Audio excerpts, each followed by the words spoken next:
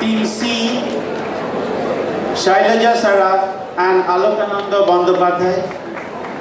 In Team D, we have Soham Banerjee and Rahul Ghosh. Team E comprises Purbali Mukherjee and Asmita Das. And Team F, Sanchari Banerjee and Vaibhav Parekh. The rules for the competition are as follows. Each speaker will be allotted 3 minutes. At the end of 2 minutes, there will be a short warning bell. At the end of 3 minutes, a long bell will be rung. The speaker will not be permitted to speak after 3 minutes. The participant will not to disclose the name of his or her school.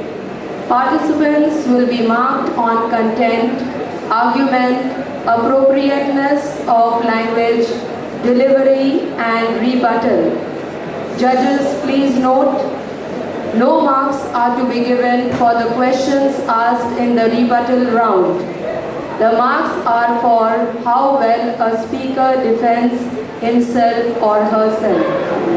The topic had been given 1 hour prior to the competition to enable the participants to prepare. Once again, the motion before the House today is academic qualification ensures success in life. The first speaker for the motion is Sudeshna Ghosh. Your time starts the moment you start speaking.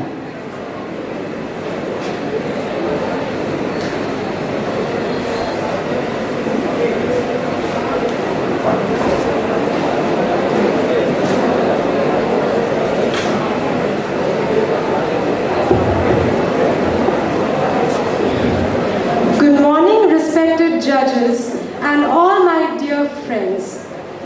The topic for debate is that qualification ensures success in life, and I am here to speak for the motion.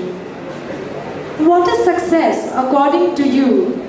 To have good money, to have a good bungalow, and then lead a very good lifestyle. Is that all? Yes, it is. At least in the modern world, you can say.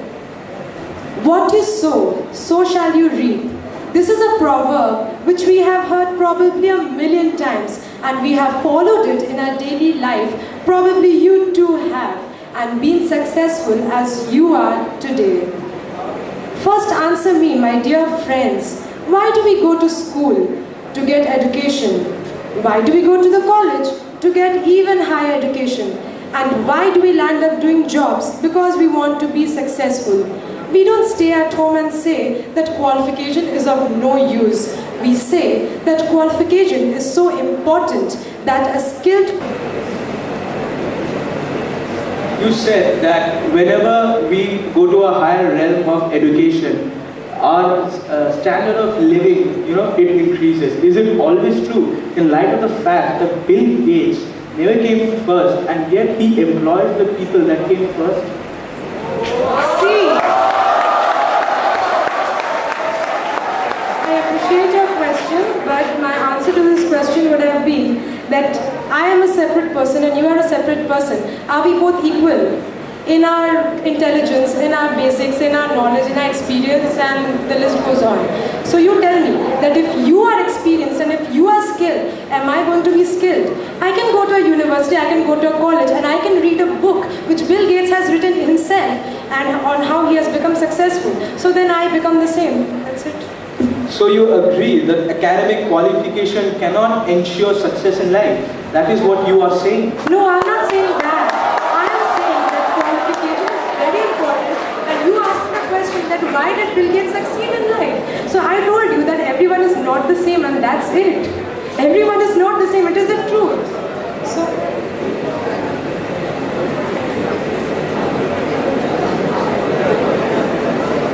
just now mentioned about classified page in the newspaper about the jobs, but I think you should go thoroughly through that pages. It's given according to the job, the experience is needed, not only the qualification. Experience is How will you get the experience? Without, given a chance once, and who will give you the chance? If you are qualified, then only. It's not always qualification gives chances. So what? Sachin Tendulkar is not a qualified person. He had a coach. He had a coach, and he He went is not to a a coaching center. It's a candidate qualification. It's not a sports qualification. So, what do you expect? That a sports person will have to become an MBA? You can't expect that. See, MBAs Is the are question over? Please reframe your question. We can't have an argument. Ask the question, she'll answer. I said that it's not always that qualification is needed. That the skill, that the talent and the determination of the person is needed I didn't. Okay. for the success. Okay. What I want to say is that skill, I have not spoken anything against skill. I've just said that qualification in today's world is very necessary. You know it yourself, but you're still asking me a question which is so invalid. How?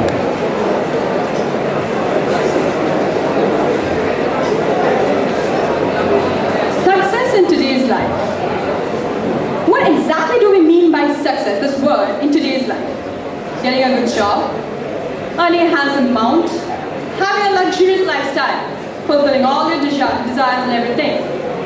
So if that is what we mean by success in today's life, how can it be in a country like India with the increasing number of people becoming unemployed and losing their jobs in spite of the increasing number of qualified people? Good morning, respected judges and one and all present here. Today I stand in front of you to speak against the motion that academic qualification ensures success in life. Before I start contradicting my learned friends who stand for the motion, let me ask this question to everybody present here. Do you really think a person scoring above 97%, 98%, or a 7-pointer in ICSC or ISC or any of the examinations is ensured to be successful in life? Well, I don't know, and I've seen many examples, those who are not successful. And before even I go to that, let's take the example of the ultimate examination for science students in India, we call the IITs. We don't look at them, we rather gaze at them. See, he's an IIT from Jadavpur University, you know. But what's the use when he cannot bag a minimum job as compared to an IIT of minimum maybe 6 lakhs per annum a job for himself? Behind all that virtual glam and everything, he's just a frustrated, distressed person who has wasted 4 years of his life beating his brains out, driving himself half crazy, wasting. So you mean to say that every person with a job is highly successful, while every person who hasn't got a job is the most unsuccessful Not person a on earth? job, my friend, not a job. A nice job, a job with minimum 15 lakh per annum gross, if you understand what I'm trying to say, with a superb lifestyle and a nice placement in a multinational firm. Oh, so 15 lakh per annum is success, while 14 lakh 99,000 is not success.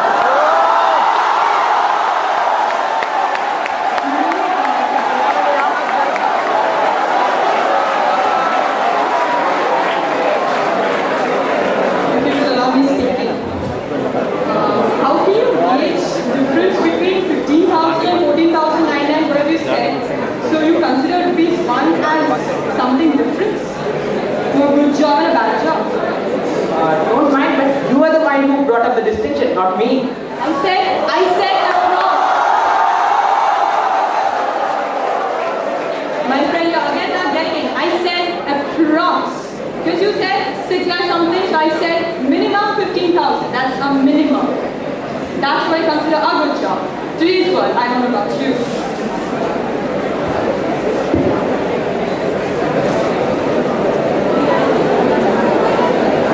Okay. Thank you. Thank you. Our next speaker. Academics has a class of its own. Why do you think people send their children to schools? Are they fools who are just wasting their money uselessly? I don't think so. I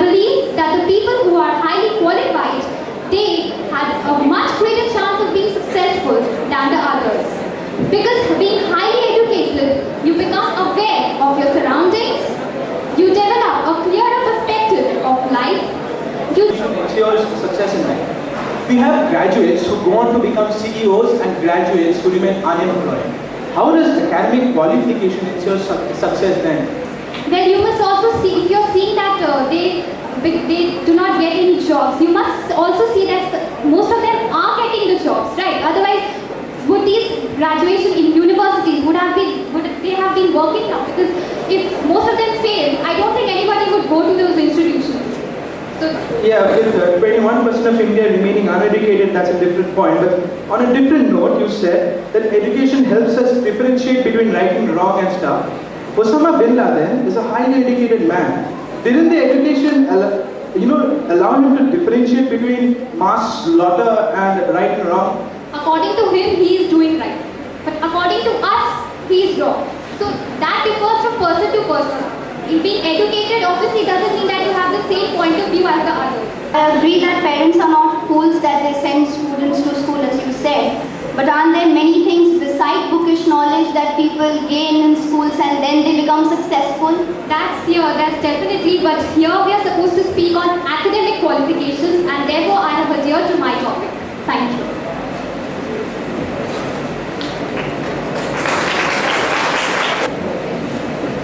Mahendra Singh Dhoni, an outstanding cricketer.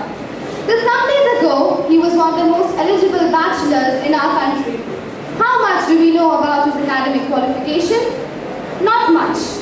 But we know at least this, that he was not much qualified. Good morning, everyone. This is Aishri Bhagat. The motion for today is academic qualification ensures success in life, and I totally disagree with this statement. My sole reason in citing MS Dhoni's example was to point out that acquiring academic qualification does not ensure success and is not the only path to it.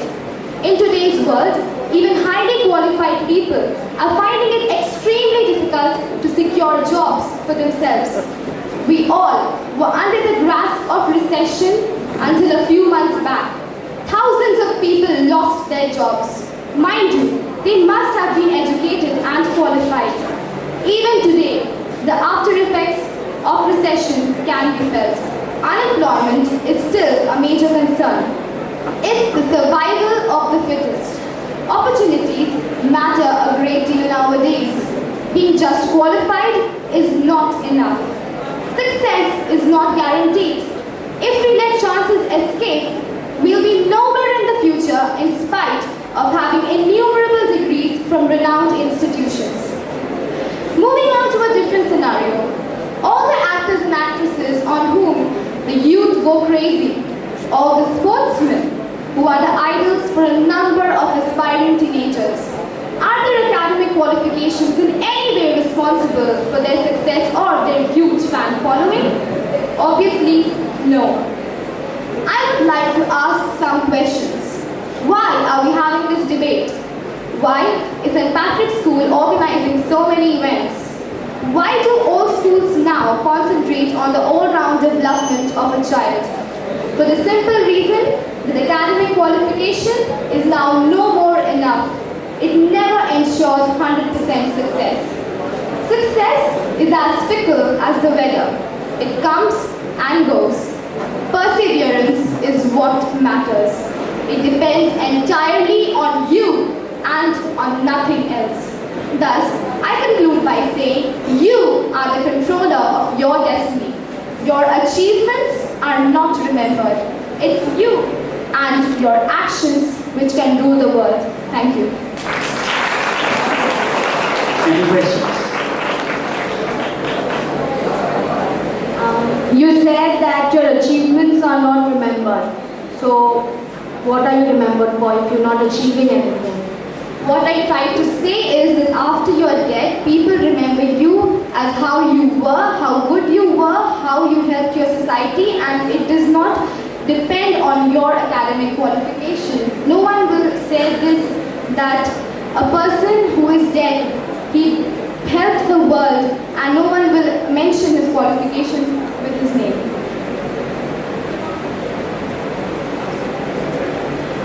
You said about MS Dhoni, I'm right? And Success. This 7-letter word is what the world wants after today.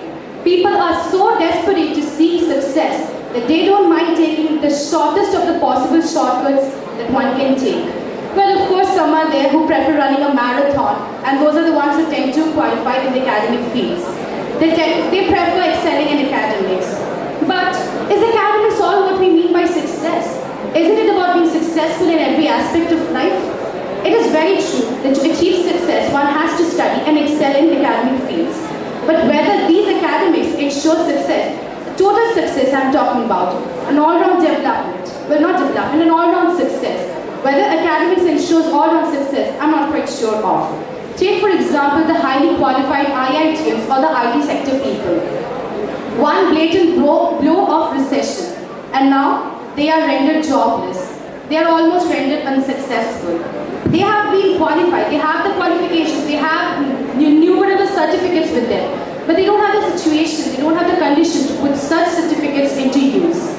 Also, apart from being a national rank holder or an entrance exam topper, positive attitude or perseverance or character, yet these are the basic tenets that ensure success in one's life. Academics is not a yardstick to judge one's character, and as Plato once said, your character is your fate.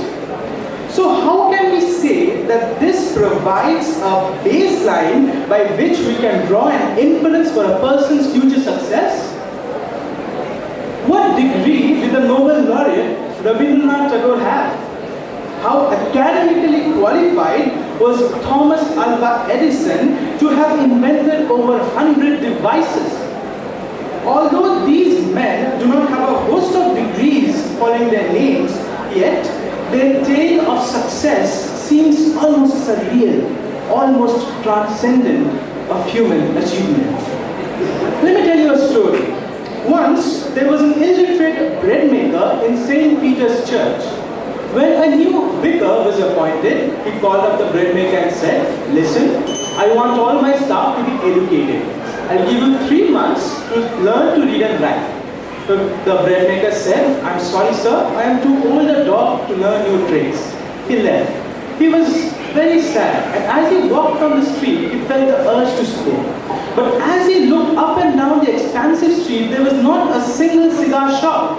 So the very next day, he got some capital, set up a cigar shop. Within a few years, he became the leading cigar merchant in all of England. Then one day, when he was signing a multi-million-pound contract, his lawyer handed over the pen. This man smiled disarmingly at the lawyer and said, "My friend, I do not know how to read and write." The lawyer was surprised. "You do not know how to read and write, and yet you are so successful. What would have happened to you if you had known how to read and write?" At this, the bread maker smiled even more and said, "Oh, if I had known how to read and write, I would have been baking bread in the church." Thank you.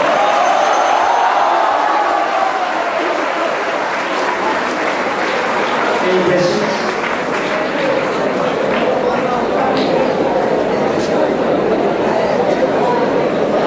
He said that if he was educated, then he would have still, remained a bread maker. Why?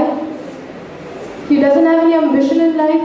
Like, if you are educated, if suppose I am educated, then will I opt for like a bread shop, or shall I go for some good firm and just get employed and lead a good life and be successful? Yeah, your question is, did the man have no ambition?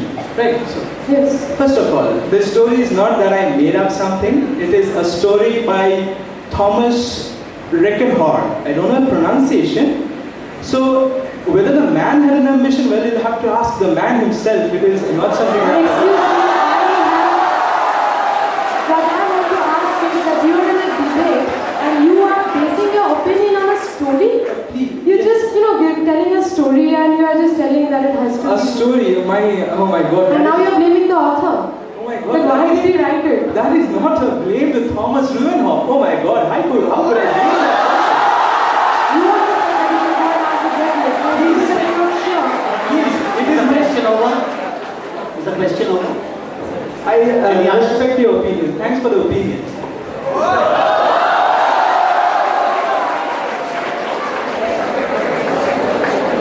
You said that low academic qualification can prepare you for facing difficulties in life. Oh, no. The theme for today says, just a second friends, the theme says, academic qualification ensures success. Does it ensure? It helps, maybe. Does it ensure success? Has helped so many people to be included in a family. But academic qualification is not the tagline behind her. According to me, the movies like Chak De India, 3 Days and Iqbal show us that academic qualifications, getting degrees for what you don't like, will ruin the entire life. I feel this topic is appropriate for the youth of today. Respected teachers and my dear friends, I, Sanjay Banerjee, in spur for the motion, academic qualifications ensure success in life. For me, there's so much race for a seat. A person with a good qualifications gets an advantage which is latent in his future. Without academic qualifications, a person cannot represent himself. In India, there are 1618 languages, but the word English, with whom we can interact the whole world, it's a global language which is taught in academic institutions only. Academic institutions doesn't mean that